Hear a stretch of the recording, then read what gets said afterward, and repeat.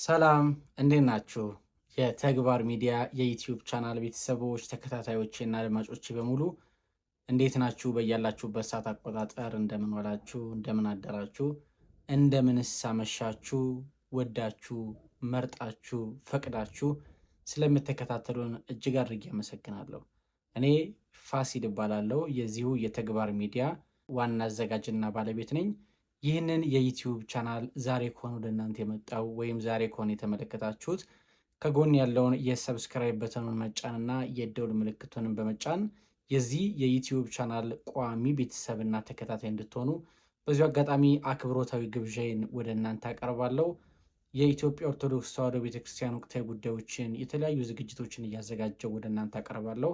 ከዚህ በተሻለ ስቱዲዮ፣ ከዚህ በተሻለ ጥራት፣ ከዚህ በተሻለ ኳሊቲ ወደ እናንተ እንድንመጣ ሰብስክራይብ እያደረጋችሁ አግዙን። ዛሬ እንግዲህ ወንድማችን ኮሜዲያን እሸቱ በተናገረው ጉዳይ ላይ አንዳንድ ሀሳቦችን ወደ እናንተ ላጋራችሁ ነው የመጣሁትና በቅድሚያ እስኪ ወንድማችን ኮሜዲያን እሸቱ ምን አለ፣ ምን ብሎ ተናገረ የሚለውን እስኪ እናዳምጠውና እንመለስ። ኢብራሂም በድሩን ታውቀዋለህ? ላለፉት 17 ዓመታት የልብ ጓደኛዬ ነው። እስከ ዛሬ ድረስ በጓደኝነት ጸንተናል። አሁን እኮ ችግር የፈጠሩብን በየቲክቶኩ እየመጡ ቤተ እምነቱ ሳይወክላቸው የቤተ እምነቱ ተቆርቋሪ ነን፣ ተከራካሪ ነን፣ አስተማሪ ነን የሚሉ ሰዎች ናቸው። መልካም ወንድማችን ኮሜዲያን እሸቱ እንግዲህ በቲክቶክ አካውንቱ ላይ የለቀቀው አንድ ቪዲዮ መነጋገሪያ ሆኗል። በተለይም ከጓደኛዬ ኢብራሂም ሲል ከገለጸው ግለሰብ ጋር ለ17 ዓመታት ያክል የኖሩበትን ጓደኝነት፣ ያሳለፉትን ፍቅር፣ አንዱ ለአንዱ የከፈሉን መስዋዕትነት እየዘረዘረ አሁን ላይ በተለይ በቲክቶክ ቤተክርስቲያኒቱ ሳትወክላችሁ እየተሳደባችሁ ሌሎችን የምታሸማቅቁ በማለት ነው ሀሳቡን የገለጸው። እና በቅድሚያ ኮሜዲያን እሸቱ ወንድማችን የዶንኪ ቲዩብ ባለቤት እሸቱ መለሰ እኔ ፐርሰናሊ እጅግ በጣም እወድሃለሁ፣ እጅግ በጣም አከብርሃለሁ። ለብዙ ስራዎች አሪያ ሆነናል። ብዙ አብያተ ክርስቲያናትን አሰርተሃል። በጣም ብዙ የተቸገሩ ግለሰቦችን አግዘሃል። ብዙ የተቸገሩ ተቋማትንም ረድተሃል። በዚህ ሀገርም ታመሰግናለች፣ ቅድስት ቤተክርስቲያንም ታመሰግናለች፣ ኦርቶዶክሳውያንም እናመሰግናለን። እኔ በግሌ ደግሞ እጅግ በጣም አድርጌ አመሰግናለሁ። ልዩ ክብር ነው ለአንተ ያለኝ። ግን ከሰሞኑን ባለው ወቅታዊ ጉዳይ ላይ የሰጠው አስተያየትና ሀሳብ ትክክል ነው ብዬ እኔ አላምንም። ምክንያቱን ላስቀምጥ።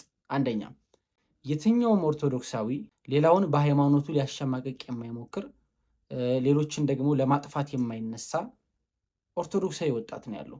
ከሙስሊም ወንድሞቻችን እናቶቻችን ጋር ተከባብረን ተዋደን ኑረንበታል። አሁንም እየኖርን ነው፣ ወደፊትም ደግሞ እንኖራለን። በጣም የሚያስገርመው ነገር ይሄ ፍቅራችን፣ ይሄ ልዩ ህብረታችን ነው። ይሄ ልዩ ፍቅርና ህብረት መኖሩ ደግሞ የሚያበሳጫቸው ብዙ ወገኖች ይኖራሉ። ምንም ጥያቄ የለውም። እሸቱ መለሰ ያነሳኸው ከጓደኛ ኢብራሂም ጋር የነበራችሁ ጓደኝነትና የነበራችሁ ፍቅርና ትስስር በእኛም ህይወት ውስጥ አለ። እኔ ሙስሊም ጓደኞች ይኖሩኛል። ይህን የሚመለከቱ ኦርቶዶክሳውያንም ሙስሊም ጓደኞች፣ ሙስሊም ቤተሰቦች፣ ሙስሊም ጎረቤቶች ይኖሯቸዋል። አዲስ ነገር አይደለም። ተቻችለን የኖር ነው፣ ተፋቅረን የኖር ነው፣ ተከባብረን የኖር ነው። አሁን ከሰሞኑን ማህበራዊ ሚዲያ ላይ እየተነሳ ያለው ጉዳይ ግን ከዚህ ጉዳይ ጋር የሚያገናኘው ነገር የለም። አንደኛ እስልምናን የማይወክሉ በጣም ጥቂት ግለሰቦች በጌታችን በመድኃኒታችን በኢየሱስ ክርስቶስ ላይ ክብርና ምስጋና ይግባውና የተናገሩት የጥላቻ ንግግር፣ የተናገሩት አስከፊ ንግግር ኦርቶዶክሳውያንን አስቆጥቷል። እሺ ላነሳው ሀሳብ ከዚህ ጋር እንደማይገናኝ ልብ ልትለው ይገባል ወንድማችን። ሁለተኛው ነገር ደግሞ ወንድማችን ኢብራሂም ያንተ አብሮ አደግ ያንተ የመጀመሪያ ሚዜ ኢብራሂም አንተ ሚዲያ ላይ መጣህ፣ ሚዲያ ላይ መጣህ እኛ ኦርቶዶክሳውያን በመሳደብ አይደለም እግዚአብሔርን የምናመሰግነው ብለህ እንደተናገርክ ሁሉ ጓደኛ ኢብራሂም ሚዲያ ላይ ቀርቦ እኛ ሙስሊሞች ኢየሱስ ክርስቶስን በመሳደብ አይደለም የምናመልከው ብሎ መናገር ነበረበት።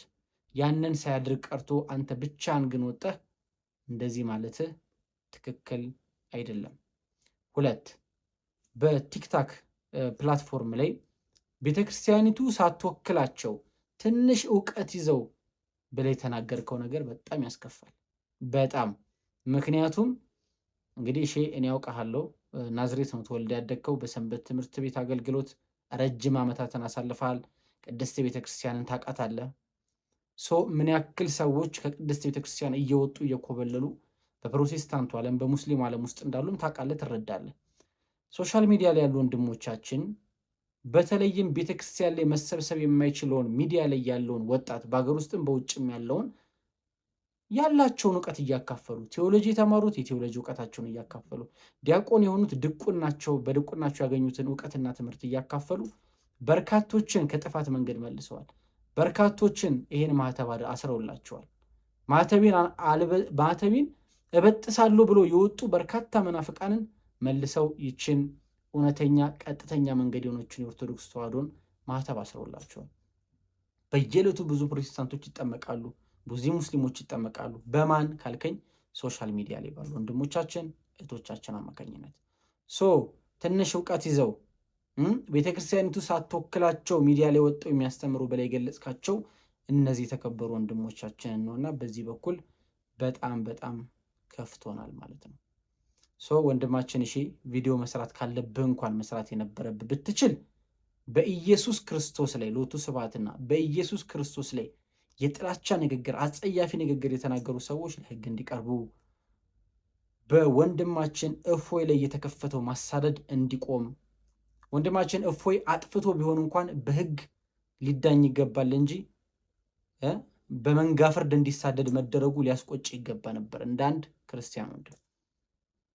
እሺ ይሄንን ነገር እንድታረም በዚሁ አጋጣሚ በተግባር ሚዲያ ቤተሰቦችና አባላት ስም ጥሬን አቀርባለሁ። የተናገርከው ነገር ግን በርካታ ኦርቶዶክሳውያንን እኔን ጨምሮ አስከፍቷል።